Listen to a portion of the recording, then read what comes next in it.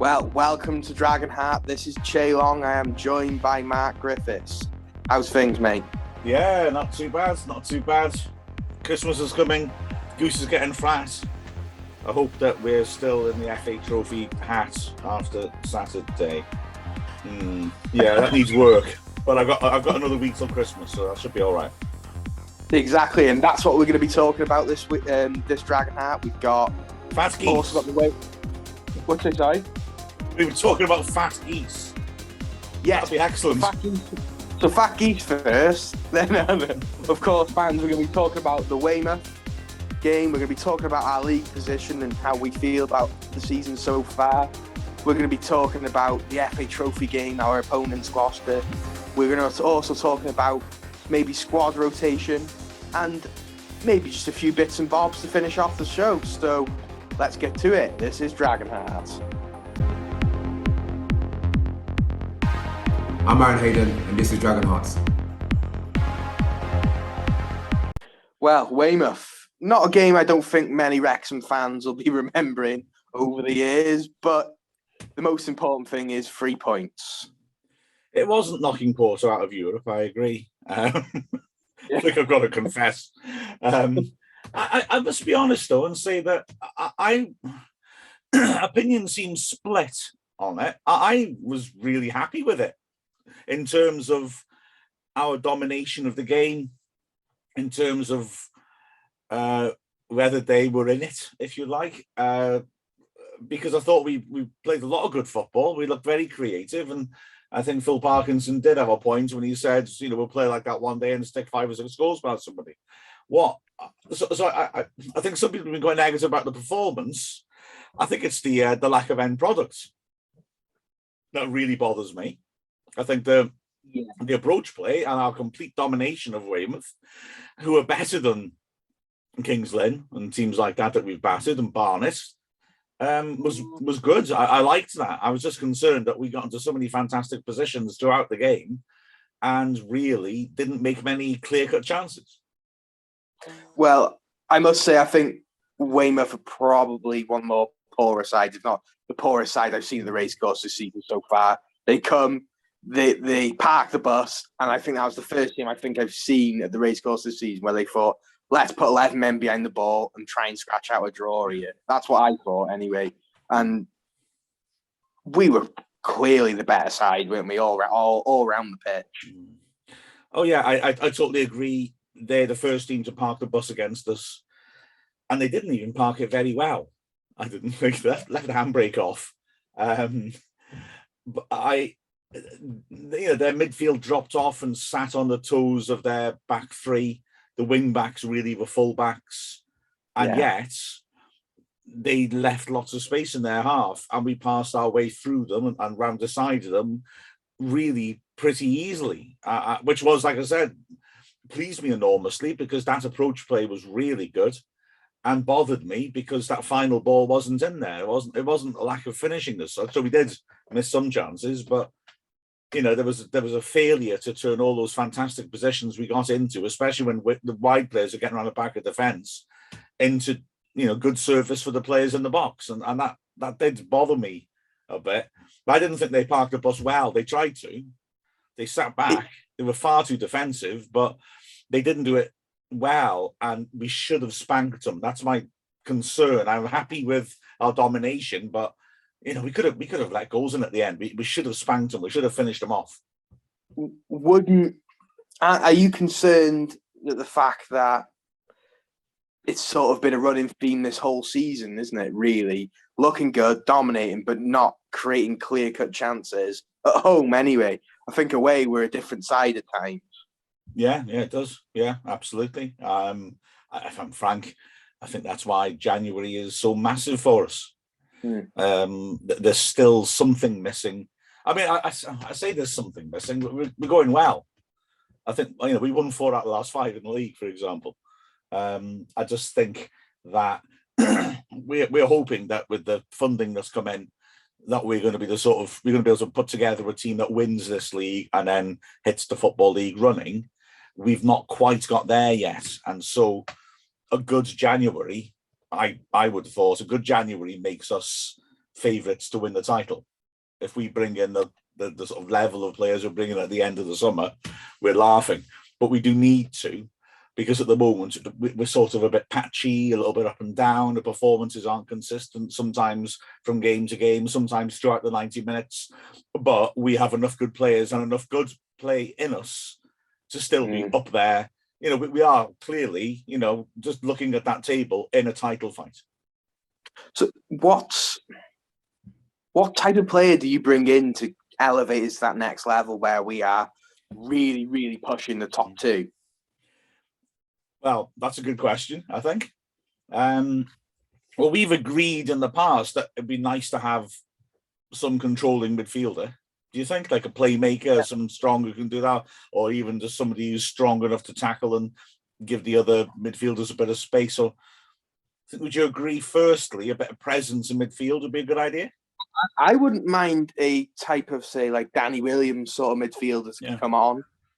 Someone who's gets himself about and can see off games. Which I thought maybe Dave Jones would have been that sort of player when we signed him. Not that sort of like Danny Williams style, but someone who could bring on. We've not really seen much of him at all, have we, this season, Dave Jones, unfortunately. And he has been injured quite a bit, but then we knew that was probably likely when we signed him, didn't we? So yeah, so that's been slightly frustrating. But yeah, I just think we need different types of midfielders. I think Jordan Davis, Luke Young, and James Jones are both three of excellent midfielders, but reasonably similar at the same time, do you think? Yeah, I think. I mean, I think that the argument for, like you said, a sort of Danny Williams style strong defensive midfielder is it really does release those sorts of players. James Jones can drive forwards, as we saw against Weymouth, to be fair, when he was getting some really good positions on the right. He can get around the back of defences. He can be an attacking threat. But if he's having to shuttle box to box, that's less likely. Danny Williams type player behind him releases him a bit. And especially Jordan, as Jordan is such a creative player. When, you know, as we saw last season, playing him off a striker, he can really do some damage at our level. So yeah, that's one approach, isn't it? With the midfield situation, is just to bring in an anchor that allows the players we've got to express themselves, or maybe allows us to put a more attacking player into centre mid, like Jarvis when he's back, or McAlinden. You know, so we change it around that way. And the other option for midfield, at least, is you unearth a Darren Ferguson style player, somebody put on the ball. I was looking at today at Peter Ward in the FA Cup run to 97. He was the type of player, you know, great left foot, brilliant delivery from set pieces, but more than that, was a hard tackler, strong player. But he could move that ball around. He was a midfield boss, and we were spoiled for choice. We had him and Dave Brammer, who was a similar type of player. At the, you know, both of them at the same time. that was sort of midfield general, I guess, is the cliched name for him, isn't it? I think most fans would agree with both of us that we do need maybe one or two different styles of midfielders coming in. I don't think two would do any harm. No. But is there any other positions where you think, maybe we could strengthen there? Well, definitely, and I think that's quite interesting. It just shows, doesn't it, how as a team starts to bed down and settle, maybe your priorities start to change. Because we had this conversation, about 5-6 weeks ago. We were both talking just about midfielders, weren't we? Now I look at it, now it's settled, and I think there's liable to be strikers coming in myself. Interesting. Now, which is interesting in my head, because I think that's probably our strongest positions. Yeah. But I do think that's something we'll prioritise. I think partly because, it's sort of confirmed now, isn't it? Mullen's been carrying a bit of a hamstring problem since apparently the Stockport game. In which case, my goodness, hasn't he done well? It's remarkable. But maybe a good job he had that 3-match layoff after the Maidenhead match. But you know, we can't push him too hard. He is so valuable. Well, the problem is that he's been playing brilliantly, but with an injury, so we need to be careful with him. Jake Hyde, sadly, has broken down with injuries. And although you can very clearly see what he brings to the party, and I wouldn't say that his first half season with us has not been successful, because I think he's done a lot of very good work holding the ball up and working with Mullen, and he has got 3 goals. But he would have probably expected more by this point, and if he'd been stayed fit, he would have had more, and he would have had that continuity and settled even more. So, it's been frustrating for him. Likewise, Angus has been unfit and now is ill. And, so we have had sort of issues in attack. And also, even though there have been times when we look great going forwards and times when we've battered teams, home games, scoring's been a bit of an issue, hasn't it? So because of that, logically, I think maybe picking, looking at something different up front as well might well be exactly what we do. Yeah, and yes, we have a great pool of strikers, very different types of strikers. If Mullins is carrying a bit of a knock, then, Jake Hyde hasn't got the best injury record. Ponticelli's has been quite injury prone in the past, hasn't he? Yeah. And Kwame Thomas is just come from a really serious injury, so you can't really rely on him to be starting games anytime soon, can you? And Dior Angus, yeah, he's a cracking player, but is he the striker to elevate us to the next level? I'm not sure.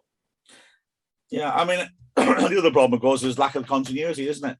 Angus hasn't been getting many starts. Ponticelli's not been getting all that many starts. So, there's a problem with that, isn't there? I was just looking then. I mean, Hyde, we've played 20. Oh, hang on a second. Get me maths right. 22 games we played. Hyde has missed 9 of them. So you can't blame him for not having that continuity. I mean, he went off at Marine, for example, and that accounts for 7 of the games he's missed with an injury, because he just kept getting battered all the time and he kept coming back for more. So, you can't there's no point getting frustrated with him for getting injured. He'll be more frustrated than we are. The poor bloke can't help it. But it means he hasn't been able to establish himself as he'd like. And if we've got money to spend and there's an attractive looking striker, I mean, Pigot's name, of course, has been flashed around the media a lot. If you have a striker of that caliber and you can make that deal, you bring him in, don't you? And the rest can fight over the scraps, sort of thing. And we are, I think, a quality midfielder, a quality striker, another maybe quality striker away from really challenging the top guys at the moment, but we're not quite there yet. Would you sign the left wing back or a right wing back? No, that's the other thing I was wondering about. I'm a little more cautious on that because I'm just thinking I don't want to have a knee-jerk reaction to one match.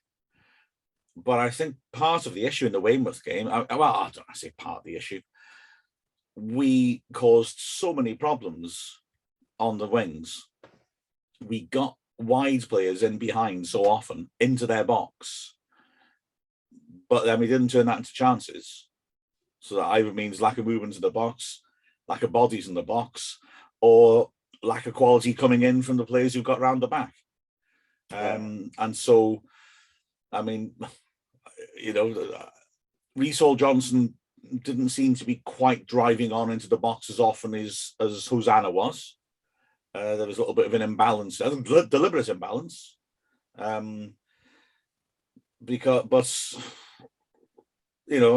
Bryce Hosanna, who was terrifically dangerous and is so exciting, is playing on the wrong side. And if that's a contributory factor, is the fact that his pace terrified them. He got into wonderful positions, but we weren't really making much of those positions. So, maybe we do need a specialist left wing back. I don't know. Mind you, we've got Cameron Green, to be fair, who I rate, and I know you rate as well. I think that's interesting. I think that has Cameron Green got the experience? I think he's got the quality, but has he got the experience to really drive you to a title charge? Well, I mean, that's another fair question, isn't it? Are we going to bring in experience? Are we going to bring in players who can have an instant impact? I'm just thinking there whether has Green played more or fewer games than Hosanna in first team football. Green has played. Well, let's have a quick look. Right, Green 22 starts and 6 sub, and Hosanna has played in his career, 24 starts and 2 subs. So basically, those two have got pretty much the same experience. So, you know, we'd have to say that about both of them, wouldn't we? If we're looking to bring someone experienced in. Yeah. And of course, we've got Record as well, but he's a different type of wing back, because he's a full back, really, isn't he? Yeah. And he can get forward to good effect, but he's maybe more of a defensive option as a left back. And if we are clearly. Yeah, I do like Jamie Record. I think he started a lot at the start of the season, didn't he? And did look well in some games. But he got injured at the wrong time. Yeah. And it was only a minor injury, so he was very unlucky. And then that coincided with Hall Johnson coming back. I mean, let's be honest, since then, our play has really been based on the width and pace of attacking wing-backs, isn't it? I've always thought I think Jamie Record could play a left-sided centre-half role as well. I know he played against, is it Chorley? Who did we play in the... Not Chorley, Kersnaston. Yeah. He plays a left-sided centre-back. And I always think he has the right attributes and to play that role. I think I'm right in saying we did that in one of the practice games we played behind closed doors, although that can also be because of what bodies you've got available, can't it? You know, the trouble for him in that respect is I think that, well, our back three is pretty much nailed down now, isn't it? And then you've got Brisley and French and Cleworth, all of whom I think would want to be considered ahead of Record for the left-sided centre-back spot, because French actually has done well playing on that left side. Cleworth that's his first choice position at the moment. And although Brisley, I think, is better in the middle of a three, he has played on that position. So I think all three of them would expect. So Record's going to have a hell of a fight to get into that back three, isn't he? That's the problem. I agree, and I think if we're going to talk about positions that don't need to be strengthened, centre half, I think we have really good options there. And Max Cleworth shown that on Saturday. I thought he was excellent. He shows a lot of maturity in his game for a lad of his age. The quality on the ball as well. You know, I mean, I just think now the team has settled a bit, and now Hall Johnson's back. I think you can see more clearly the pattern that Parkinson wanted. He wants to play the three at the back. He wants the two wide centre backs to be good on the ball and able to bring the ball forwards and join in. And Cleworth did that wonderfully with Hosanna. I thought the link up between those two was superb. But Cleworth has always been comfortable on the ball, hasn't he? He's always been happy to bring the ball out from defence. Hayden's a bit more erratic, but Hayden, throughout the course of the season, has often played those line-splitting passes that progress things on. So although he is a bit up and down, when he gets it right, he can be very dangerous with the ball going forwards. And then Tozer is a quarterback who can sit back in, but he can switch to either side, which actually is, not that easy a thing. Most players only want to switch in the direction of their better foot, but he can play it both ways. So we want that comfort on the ball at the back, and Cleworth certainly showed he can do that. And I was also impressed physically with him. I thought he did well in the air, even when that Taylor Crowsdale, the big target man, came on for Weymouth, he still dealt with him. And I was really pleased to see that. I think Cleworth has developed ever so well. Oh, yeah, certainly. I think we were saying pre-season against, was it Fleetwood we played? Yeah. We were saying how well he played in that game, how we'd like to see him actually be a part of this first team setup on and off this season. And I predicted that at the start of the season, and it seemed to have come through, and I'm really happy for him. It's really nice to see a youth product come up and play. You're being very modest there, Chay, because my recollection of that was that we were talking about what we should do with Cleworth, and I was saying, I think maybe he's good enough to take a step up and have a loan in a team in our division. And let's be honest, I was thinking go to a club like Weymouth and play most of the season in a relegation side. And you rightly said, if he's good enough for this league, then we should be playing him. And that's exactly how it's turned out. He's got it spot on. And I'm glad that Parkinson, I mean, let's be honest, managers who get given lots of cash to spend on players tend to spend lots of cash on players. I mean, apart from the fact that why wouldn't you spend money if you've got it? It helps you keep your job if you bring in flashy players and they perform as they ought to. But credit to Parkinson, He has seen that there is good young talent in the squad, and he's not scared to play Cleworth, sometimes ahead of more experienced options. So, because before the game, we were saying, will he pick French? Will he pick Brisley to replace Lennon? And instead, Cleworth comes in and was absolutely terrific. Yeah, he was. And he had a good game against Notts County at home, which was a high pressure game, wasn't it? Yeah, when he's come on, he's been great for the most part. So well done to him. That's brilliant. And the other position the only other position we haven't talked about in the transfer market is a goalkeeper. I don't think we really need another goalkeeper. I personally don't think we need another goalkeeper. Neither do I. Although I can see, I'm going to play devil's advocate now. I can see the logic in saying it's worrying that Lainton gets injured so much. And, I can understand that logic. I don't subscribe to it. I think Lainton's a terrific goalkeeper, and I think Dibble's a good backup. So I don't feel concerned by that. And I certainly wouldn't move for a goalkeeper, not least because I think Lainton would be good enough if we go up to play in the Football League. I think Dibble would be good enough to be back up in the Football League. And I just don't see the virtue in making alterations to a part of the team which is functioning well when we should focus on other areas of the pitch. But I do see that logic. I do see why some people talk about that, although I don't subscribe to it myself. I only think we sign a goalkeeper if there is an injury between now and the end of January. Yeah. And say Lainton's out for 2 months or Dibble's out for 2 months, then we do sign another goalkeeper, because you are, as much as Japanyak, I've not really seen much of him. He's a very young and experienced goalkeeper. We don't want to be getting to the point in the season where maybe 2 goalkeepers are injured. We've seen crazier things, and we're relying on a youth product to play big games. Remember that the transfer window rules don't apply to goalkeepers, in that if you can show that you've got injured goalkeepers, you are allowed to loan goalkeepers in. Okay. Well, that's fair enough then. Which is another reason for me why you don't. I'm not worried about goalkeepers now, because you would be able to act later on. Yeah, that makes complete sense. I wasn't aware of that, so I'm starting to doubt myself now. I'll be honest with you. I'm sure there's circumstances where you can loan goalies in, though. Say, for example, we do have a nightmare and we have to get, say, between now and January, the end of January, and we need to get an experienced keeper in, then we do. But I don't think it's something we really have to look at for now. Maybe I think going into summer, say if we get promoted, then maybe you're looking at maybe a keeper to push for first position. But for now, I don't think it's necessary. At all. No, I agree. I was playing devil's advocate, like I say. I'm a big fan of Lainton's. Seeing as I put it out on Saturday that he's got the best record clean sheets per games in the history of the club. Which is quite something. He's an excellent keeper. You could argue one of the best, if not the best, in the conference area. Yeah.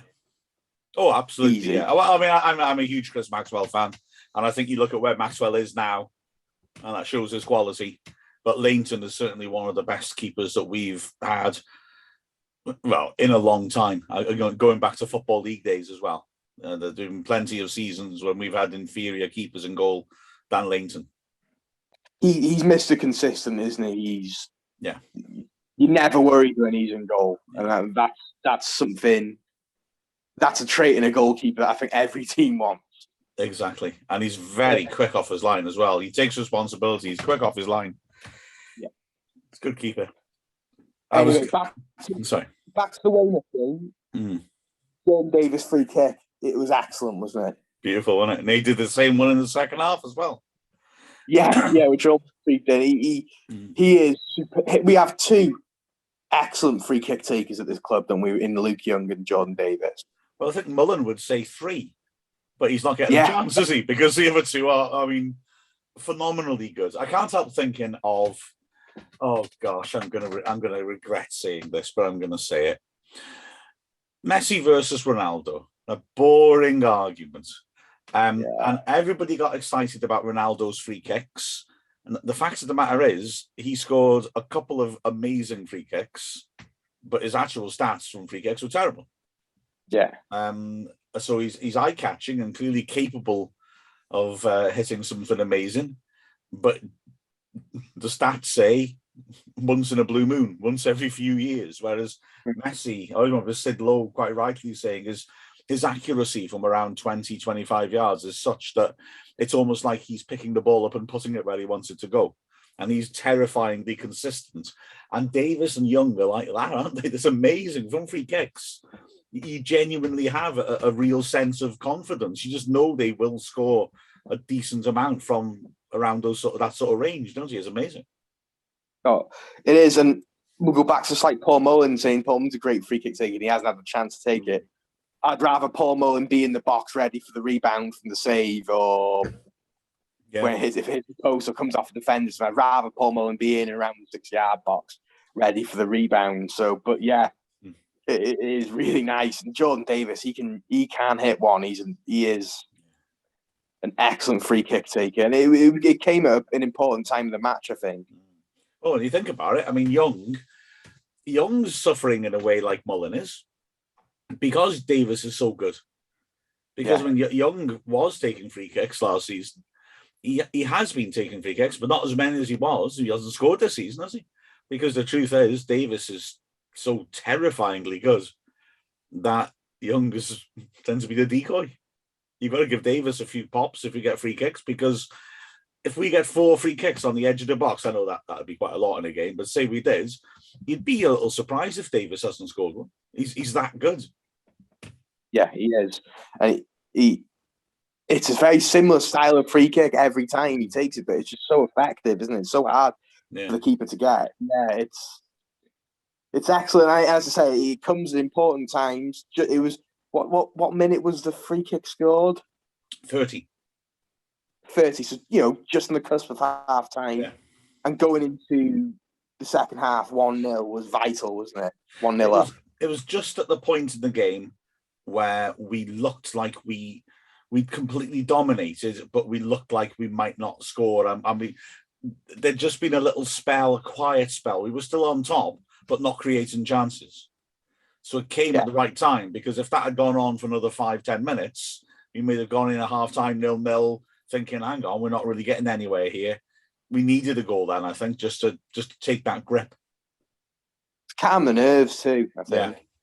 100%. So we go into the second half, and it's still a tense game, but we had some chances, didn't we? Oh, it was crazy, wasn't it? I mean, we were completely in control, and I just kept, I'm always saying that 1 goal's not enough. And you're watching it and thinking, but they're not crossing the halfway line.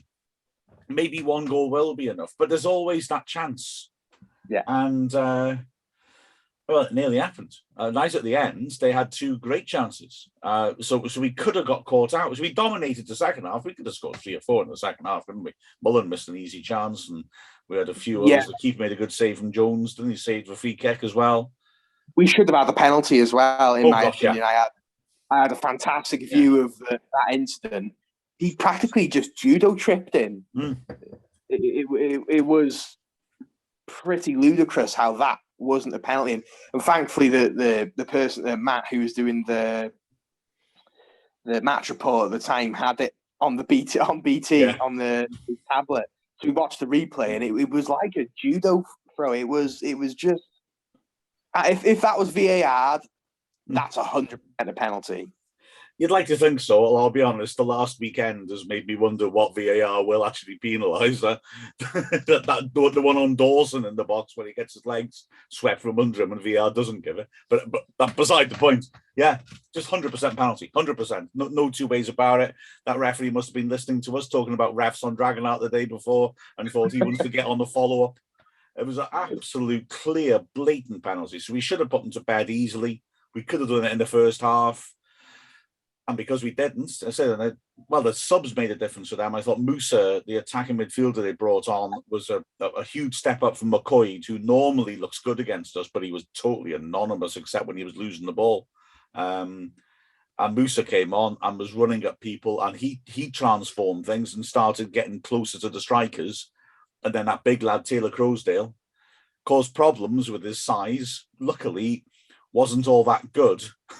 So when he got a chance one-on-one, he missed it by a mile. He made an easy chance look quite difficult, I thought, by taking it too quickly. But he could have had a penalty too.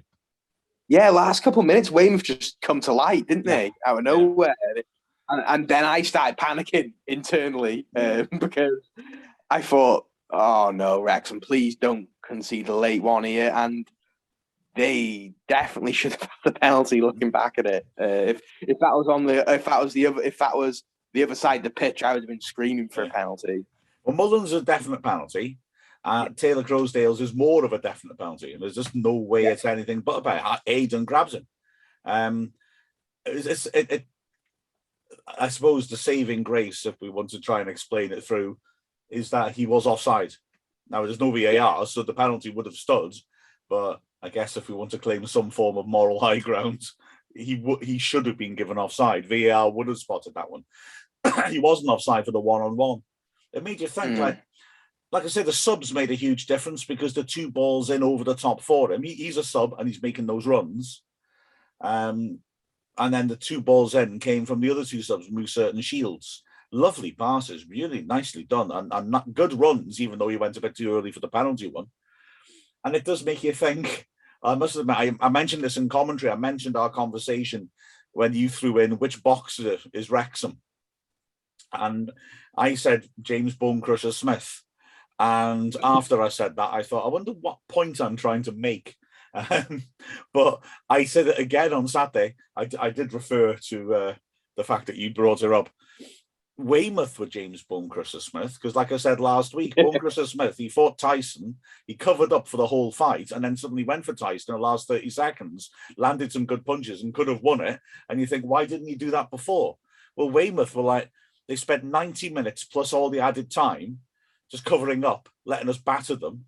And then suddenly, with 90 seconds left, they started making runs behind us and pinging lovely passes over the top of us. And you think, well, I'm quite glad you didn't try that before, because we could have had problems.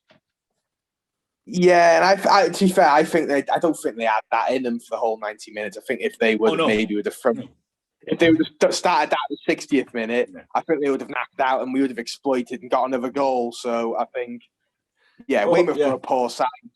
I think at the end of that match, I think I can see why a lot of Wrexham fans were frustrated because we played the poor side. We didn't get a goal from open play, and they maybe could have got back into it in the last few minutes. So I can see why Wrexham fans are frustrated. Yeah. However, I don't care how we get 3 points. It's clean sheet. It's a clean sheet and 3 points. If someone would have said to me before the game, would you take a clean sheet and 3 points? I don't care how we get 3 points. 3 points is 3 points. Absolutely right. We didn't get the 3 points against Wealdstone, who, to be fair, I think were much better than Weymouth, but still, we should have beaten them at home. You know, we were coming off battering a couple of teams away from home. We should have beaten them at home. So, yeah, I totally get why people were bothered. My gosh, imagine if we'd let in one of those chances right at the end.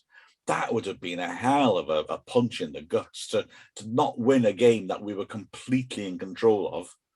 That would really, really hurt, I think. So it was a massive relief that we actually got the goal. And it sets us up nicely now for this hectic festive period. Playing the music you love. This is Calon FM. We are now sitting 5th of the table with Chesterfield only 3 points ahead of us. However, they've got 2 games in hand over us. But I would probably rather have the games on the board and carry on with this form that we're going on, because I think we're looking like a solid side who are hard to beat at the moment. No question. I've always would rather have the points on the boards. I know how boring that I keep saying that, but you know, you look at the table and we're 3 points off the top at the moment, although we played the game more, 2 more than Chesterfield. But you know, we still have to play the second place team, Halifax, at home. We haven't played Borehamwood at all. You know, we've got home matches coming up against Solihull with a place behind us. Grimsby haven't come to ours. There's a lot of teams that haven't come to our place yet. Stockport haven't come to ours yet. So we've got a lot of big games at the racecourse where hopefully we can find that form and we can impose ourselves. Things are slotting into place better than they were, and that's really encouraging. I mean, everyone gets excited about Shamanga, and understandably, but they've only scored 1 goal more than us. And the only team that scored more than them are Dagenham, who scored 2 goals more than us. And we're picking up. The momentum's with us, I would argue. Yeah, and I think if we get a good run, December, January, why not?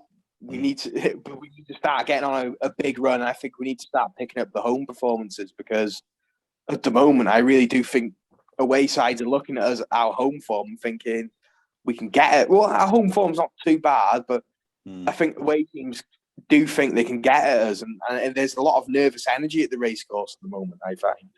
Yeah, 100%. Yeah.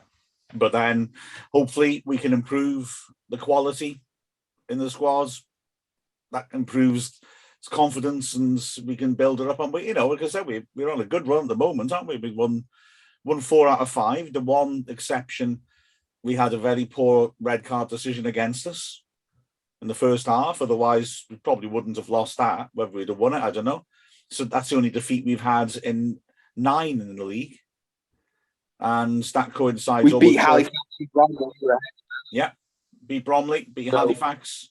Exactly. And that all coincides with us changing to the more attacking wing-backs. So we found a system that clicks a bit better. We're not totally there yet, but we should improve the personnel over the January transfer window.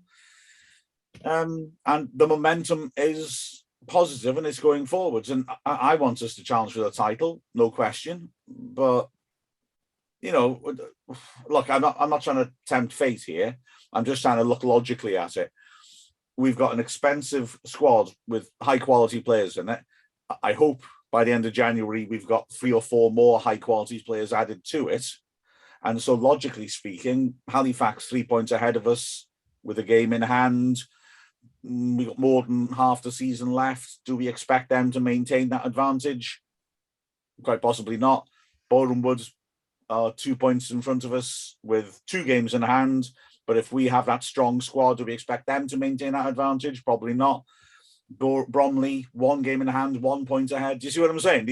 These aren't clubs that you're thinking, if it was Stockport ahead of us with games in hand, you're thinking, yeah. Notts County, yeah. I'm not trying to belittle those teams, but if we are going to, how did we feel when Salford were hunting us down? We felt like they were going to come past us because they had the money. We're that team now. We're the ones that are building momentum. So the teams above us should be bothered. And even if we can't win the league, we can finish 2nd or 3rd and have a home playoff to get to Wembley. But I don't want to go through that. Exactly. I want to win a league. Exactly. I want to win the league too. But, we've paid all this money for big players who should rise to the occasion. So really, we should be thinking, we can win the playoffs. Even if we don't win the league, we can win the playoffs because we signed Paul Mullen, we signed Aaron Hayden, we signed James Jones, Ben Tozer. Players who you pay a lot of money for, but should show up at big games. Exactly right. We've bought in players in order to achieve that. Players who it should be their natural level to be performing in games like that. And hopefully we'll have a few more in January. And we already had Jordan Davis, Luke Young, Rob Lainton. We already had good players. Paul Johnson. Yeah, we have excellent players for this level last season, and we've kept a lot of them. Yeah. We've added to it, and we just need to add a couple more to, I think, narrow that gap. And it will come. We've had some disappointing results so far this season, but maybe even still to now, we're ironing the creases. Yeah. And hopefully we get on a really tasty run, and hopefully we get the racecourse rocking. Because I think if the racecourse becomes a fortress, I can't see why we can't challenge for that title. And like you say, we're not consistent yet, but we are 5th and we are 3 points off top. Yeah. So I guess that's the point I'm trying to make. I'm not trying to belittle the teams above us. Well, between us and Chesterfield, what I'm saying is, imagine what it's like if we do click. It's going to be hard work for people to keep up with this, isn't it? It is, especially with the quality of Paul Mullen. He shouldn't be playing at this level, and we've paid a lot of money for him. And he's giving the goods, and if the whole team can click around him with a couple of extras, yeah, let's do it. Why can't we challenge for the title? And it's good that we should be getting on a nice run of positive form. And on Saturday, in the FA Trophy, we carry on. If we have a nice win, that's good for morale too, isn't it? So after this, we're going to be talking about the FA Trophy. This is Sean Brisley. This is Dragonheart. Well, Saturday at home, we've got Gloucester in the FA Trophy. Yeah, I don't really know much about them. I know their Twitter feed's quite funny when they're making digs at Chester. But yeah, they seem like a nice, honest club. Do you know much about them? I have a lot of sympathy for Gloucester. I think that, look, I'm keeping this in perspective. COVID is a global tragedy. How it affects football is really not that important. So I am keeping a perspective, but in a footballing context, they really are unlucky. I mean, last season, they were flying. They lose their manager to Chesterfield, but they keep flying. And when the season is stopped, they are top of the National League South. National League North. But the season's annulled. And then they've come back. They've lost players. Some of them to us, like Golda Mataya and Keanu Marsh-Brown. Yeah. And they've not been the same. The manager who took over and kept things going got sacked, because they had a terrible start to the season and went from, title leaders to relegation candidates. They lost 9-0 at Chorley. So they were in a right mess. Now, since they brought in a caretaker manager, and he's done well. He's not got a contract at the end of the season, so they've improved, but they are still struggling. They're fifth from bottom, and they're only 4 points off the bottom place. There are fewer teams going down because of the restructuring necessary, because of Mackfield going out of business, but still they're in danger. They're away form. They haven't won away this season. Although they did do well on Saturday, they drew at Alfreton, who were up near going for the playoffs, and actually were winning. But they've improved lately. 3 wins out of 5, so they have improved under the interim manager. I think they'll be a tougher game than they would have been when the draw was made, if that makes sense. Yeah.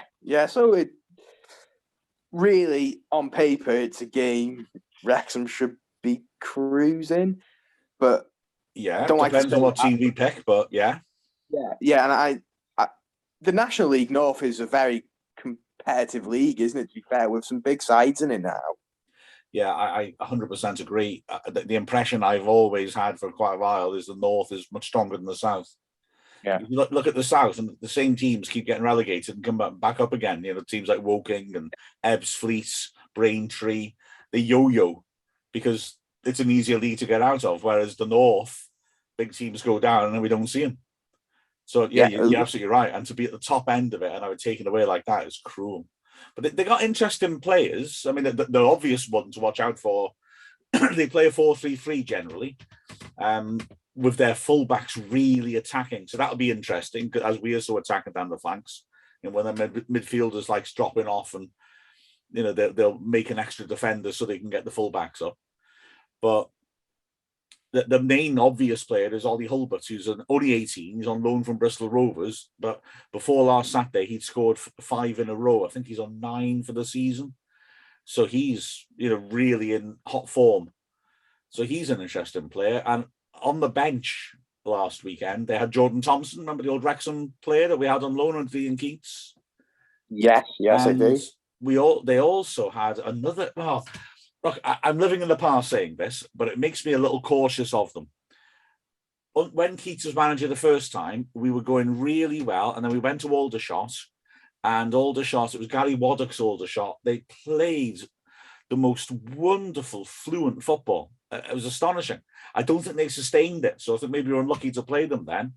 But we had this rock-solid defence. We had Pearson and Roberts and Jennings and Smith, and they pulled us to pieces. They beat us 2-0. It could have been 5 or 6 two of the players who stood out in that game were on the bench for Gloucester, which maybe suggests they've lost their way. But Fabien Robert is a French attacking midfielder / striker. Oh, good technique, really good movement. And Bernard Mensah, who is a quick, wide attacker who can switch around. Their rotation in that game against us was amazing. And those two were outstanding. The fact they're now on the bench for Gloucester suggests they're not playing at that level anymore, but they've got the ability. And Mensah actually has got a Ben Tozer-style long throw in him as well, just to throw that into the mix. So they've got players that they're going to be interesting. And they're going to be up for it too, aren't they? It's a big occasion for these teams to come to Wrexham. Because for them, surely, looking at the FA Trophy, I don't want to be arrogant here, but for the lower teams in the FA Trophy pyramid, you got to be looking at Wrexham, Notts County, Stockport as the big sides that you want to play. Oh, gosh, yeah, 100%. We are the big dogs, aren't we? Yeah. And especially with what's happened with us. 100%. And the chance for them to maybe have players spotted and, you know, get in the documentary, it's a big deal for teams coming to the race course. That's why I think it's been hard for ourselves to play at home, because there's an immense amount of pressure. I've never been a Wrexham fan and felt this pressure for a long, long time, really. And, you know, it's going to add something if you scored a winning goal against Deadpool's team. Yeah. You know, there's got to be an extra motivation, isn't it? 100%. And, you know, for me, not only is there pressure to win at Wrexham at the moment, there's pressure to actually win in style, isn't there? Yeah. Which, that's true. You know, yeah.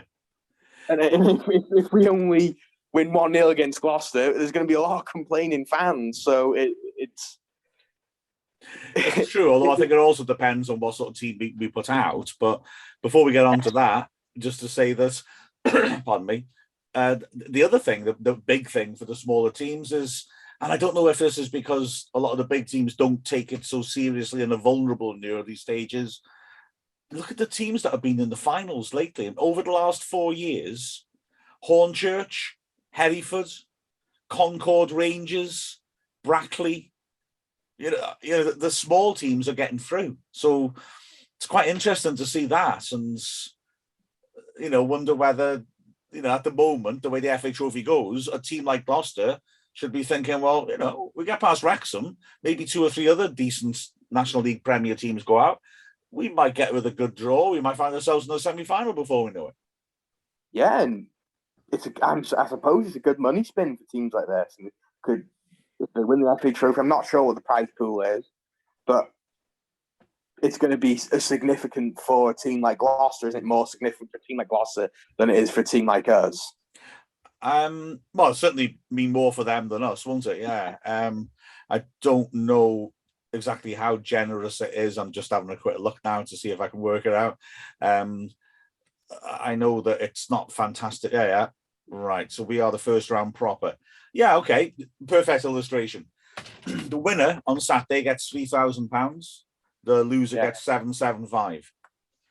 Then the next round, it goes, well, it's going up by increments of 750 then. So if you get to the quarterfinals, you get 7,500 for winning, 2,000 for losing. But of course, you've accumulated that alongside all the other stuff, haven't you? So, oh no, you haven't.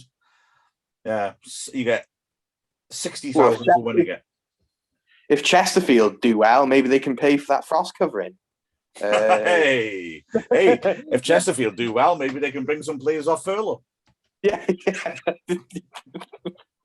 Yeah, well, that's the grand plan for Chesterfield. No question. But anyway, let's talk about what team would you start? Do you go strong? Do you go mix between strong and fringe players? Do you even add? We've just signed some players from the youth setup, haven't we? Do we even put them into the first team for this game? Where do you start? Who goes in goal? Let's start with the goalkeepers first. I don't know about that, because I think we're going to come out with very different teams. Goalkeeper. If he wants to say to Dibble, you can be the cup keeper. We didn't give him a chance in the FA Cup, although to be fair, because of Lincoln's injury, then all right, Dibble. So I'd probably say if you suggest that to Dibble and you're keeping him happy, I'd pick Dibble. Yeah, I'd pick Dibble. Yeah. Right. Centre back. Brisley needs match practice, doesn't he? But I think we're going to go quite strong because we've got no midweek game this week. We've got no midweek game next week. So I don't think there's a huge amount of argument for saying we should rest players. So I think maybe we very deliberately rotate in a couple of players who need the pitch time. But I'm thinking Hayden, Tozer, Lennon, actually. No, hang on. Add Cleworth for one of those. Maybe for Lennon. Maybe Lennon a longer break because he's injury prone, and then let him come back for the busy. We've got a lot of back-to-back games then. End of December, January's a hell of a tough month. We've got loads of difficult games. So that, so maybe, I don't know, would it benefit Lennon to have a break there? I don't know. But I was thinking Brisley, Hayden, Cleworth. Gives Tozer a rest. Yeah. Hayden's got a lot of quality against the side who are a team, a league below us, and I think Cleworth having 2 games on the bounce would be good for his development. Yeah, I think that's why I stepped back from saying Lennon. And you rightly said that we've just given out 5 youth players professional contracts. So lads like Dan Davis and Joe Fountain could come into the mix, couldn't they? At the back. I don't think they will, but if you give them pro contracts, you got to give them a chance. Yeah. Right, wing backs then. Which wing backs do you pick? I personally, left wing back, I go Cameron Green. You've got to give him a chance, give him a full 90 at some point. I think right wing back, who would feel harshly left out all season, because I think he's been excellent, would be Tyler French. I agree that with the logic of what you're saying. Yeah, absolutely. I really like Tyler French and I really like Cameron Green. I think Jamie Records may be keen. He's not, we haven't got reserve teams, so he might be keen to get a 90 minutes under his belt as well, though.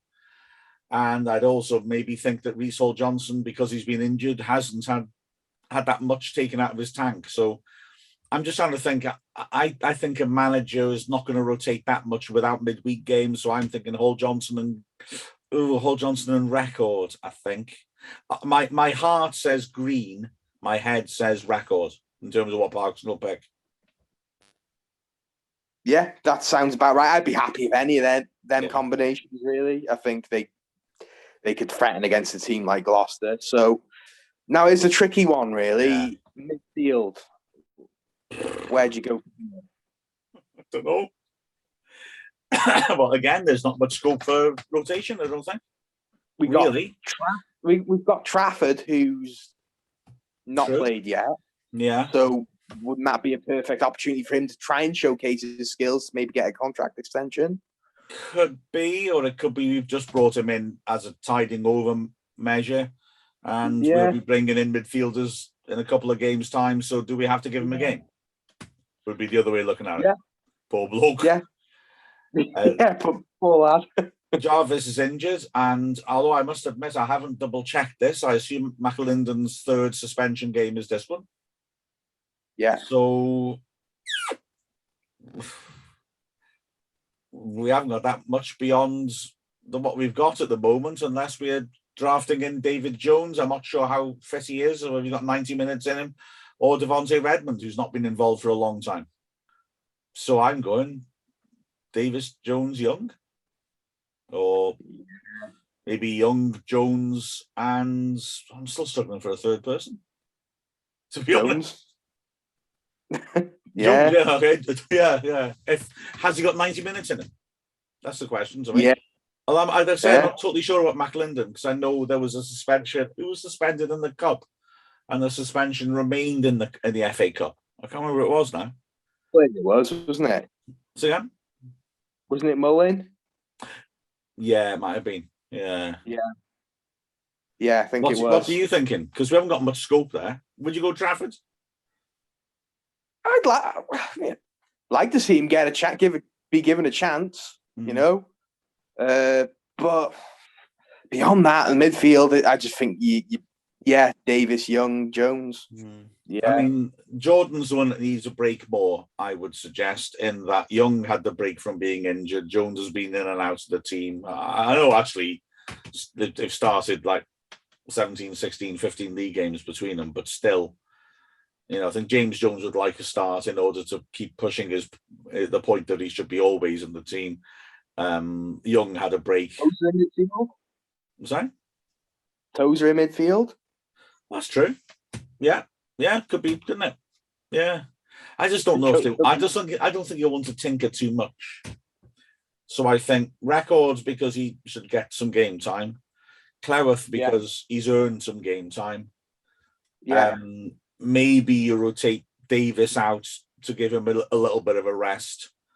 And then Mullen, I wouldn't pick because if he's got a sore hamstring, we've got other options up front. But beyond that, I think Jake Hyde come off at half time, though, didn't he? As well at the Weymouth game. Yeah, that's the problem. How fit is Hyde up front? Angus will be unavailable. Ponticelli, I think, is a nailed-on starter. Thomas hasn't got full 19 in, so that's the question with Mullen, isn't it, really? Ponticelli, Bickerstaff, maybe. Well, that makes sense. With reports of Mullen having a knock, I would rather him just sit out and rest. Personally, yeah, even though ideally you'd want him to play, and even though I bet he wants to play because he'd be thinking, I can score goals against team from a lower division. Yeah. I don't want to pick Mullen. No, I want to see maybe Hyde is fit enough to start. I don't know. Bickerstaff's an option. Dan Jones, if you want to go delving into the youth system, Dan Jones gets fantastic write-ups. So we've got, but we do look a bit thin midfield and attack, actually, don't we? When we look to rotate at the moment. Maybe Quamway comes on for half an hour if he's got that in him as well. I think we'll see Kwame. Maybe we'll start with Kwame. I think didn't Phil Parkins said he thought he had about half an hour in him if needed last Saturday and probably about an hour next Saturday. So you could start him and then just, you've got someone lined up to come on off the bench, Bickerstaff or Jones off the bench maybe. It's a shame McAlinden and Jarvis being injured and McAlinden being suspended. I think that would have been ideal for one of them two to slot in as a striker. Absolutely. Especially Jarvis's creativity. He's really good against teams like Marine and a lower end team. He can really tear teams apart with his technical ability. Yeah. But I think it's a shame Jarvis is not playing this game. It's a shame Diorangus is out because again, another good opportunity for him to try and get back on the first team because I think he's a good striker with a lot of pace too. When he got those starts at the start of the season, he looked sharp, I thought. And when we went to the 4-2-3-1 and he was on his own up front with Mullen supporting him, I thought he did really well.